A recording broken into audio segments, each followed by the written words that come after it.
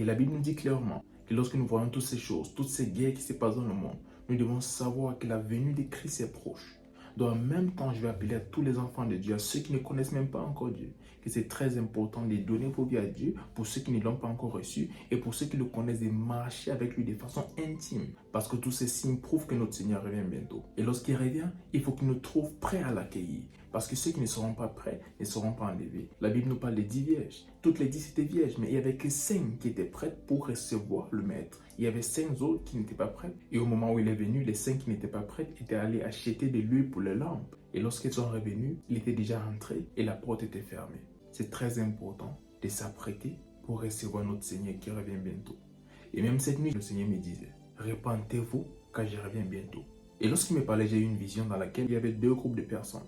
Et un groupe était à l'intérieur et d'autres à l'extérieur. Il y avait comme quelque chose de transparent qui les séparait. Ceux qui étaient à l'intérieur et ceux qui étaient à l'extérieur. Et j'ai vu ces personnes qui étaient laissées à l'extérieur, en train de demander au Seigneur si elles pouvaient entrer. Et il les a répondu que c'était trop tard, ils ne pouvaient pas entrer. Et c'est là que le Seigneur Jésus m'a parlé et m'a dit, demande à mon peuple de se repentir et de se préparer, car j'arrive bientôt. Ça fait un moment que le Seigneur me répète ce message, à travers des visions, même lorsque je médite, il me dit, dis à mon peuple que je reviens. Et si le Seigneur parle de ça constamment, c'est parce qu'il revient vraiment bientôt. Et l'église n'est pas prête, je peux vous assurer. Parce que ça fait déjà plusieurs fois que j'ai reçu ce message de la part du Seigneur. Et à chaque fois que je le vois parler de cette façon, je vois comme de la douleur parce qu'il sent que son peuple n'est pas prêt. On est peut-être plusieurs à l'église, mais ce n'est pas tous qui sont prêts pour aller au ciel. Et s'il revient maintenant, il y a plusieurs personnes qui sont même à l'église qui n'auront pas au ciel. N'en parlons pas de ceux qui sont encore dans le monde. Eux tous, ils seront perdus. Mais la Bible a dit avant qu'ils ne rentrent, la connaissance de sa gloire va envahir le monde. Mais ce n'est pas encore le cas de nos jours. Et en plus de ça, même à l'église, la connaissance de sa gloire n'est pas connue par tous. Cela est une preuve que nous ne sommes pas encore prêts. Il est très important qu'on s'apprête parce que notre Seigneur Jésus-Christ revient bientôt. Préparez-vous parce que nous sommes dans le temps de la fin. Il y aura des persécutions contre les enfants de Dieu. Il y aura des guerres et il y aura beaucoup d'autres choses qui vont essayer de déstabiliser notre foi. Mais c'est à nous d'être focus sur Christ et de ne pas se laisser être distrait par tout ce qui se passe. Parce que la distraction peut aussi nous amener à perdre de vue notre but.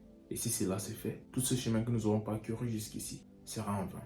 Mais j'ai prié pour toi en ce jour que le chemin que tu as parcouru jusqu'ici ne soit pas en vain. Que tu puisses tenir ferme et que tu restes fidèle à Dieu jusqu'à la fin. Que rien ne puisse ébranler ta foi. Fais confiance à Dieu parce que le même Dieu qui t'a sauvé est capable de te guider jusqu'à la fin. Donne-toi plus que jamais à son service en ces jours parce que ce sont les temps de la fin. Et pour ceux qui ne sont pas encore enfants de Dieu, donnez vos vies à Dieu maintenant. Il n'y a plus le temps. Il dit dans le livre de Romains chapitre 10 verset 9 que celui qui croit qu'il a ressuscité d'entre les morts et qui le confesse comme Seigneur sera sauvé. Et en ce moment, si tu n'as pas encore donné ta vie à Christ, je t'invite à prendre cette décision dès cette seconde afin de devenir enfant de Dieu et de vivre pour lui tous les jours de ta vie. Si tu prends cette décision, alors tu seras sûr que lorsqu'il revient à n'importe quel moment, tu iras au ciel avec lui. Si tu prends cette décision, répète juste après moi. Et pendant que tu répètes cela, crois-le vraiment dans ton cœur et tu seras sauvé à partir de ce jour. Dis Seigneur Jésus, merci pour ma vie. Merci pour tes projets pour moi. Je reconnais que je suis pécheur. Mais par le prix que tu as payé sur la croix, avec ton sang, tu m'as racheté. Je crois dans mon cœur que tu es ressuscité. Et en ce jour, je te confesse, Seigneur et Sauveur de ma vie. Et par la foi, je reçois le don de la vie éternelle. Merci Seigneur, car je suis né de nouveau. Je suis ton enfant. Les choses anciennes sont passées. Et voici toutes choses sont devenues nouvelles. Par ta grâce, je vivrai pour toi tous les jours de ma vie. Au nom puissant de Jésus. Amen. Félicitations. Si tu as fait cette prière, dès cet instant, tu es un enfant de Dieu. Cherche une bonne église dans ta ville et va y persévérer afin qu'il t'apprenne les voies de Dieu et la parole de Dieu. Marche intimement avec Dieu.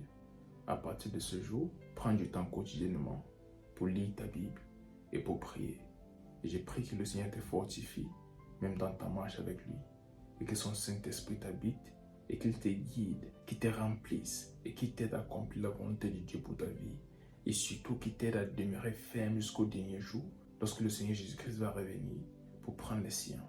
Au nom puissant de Jésus-Christ. Amen. Que Dieu vous bénisse. C'était le prophète Samuel Famba.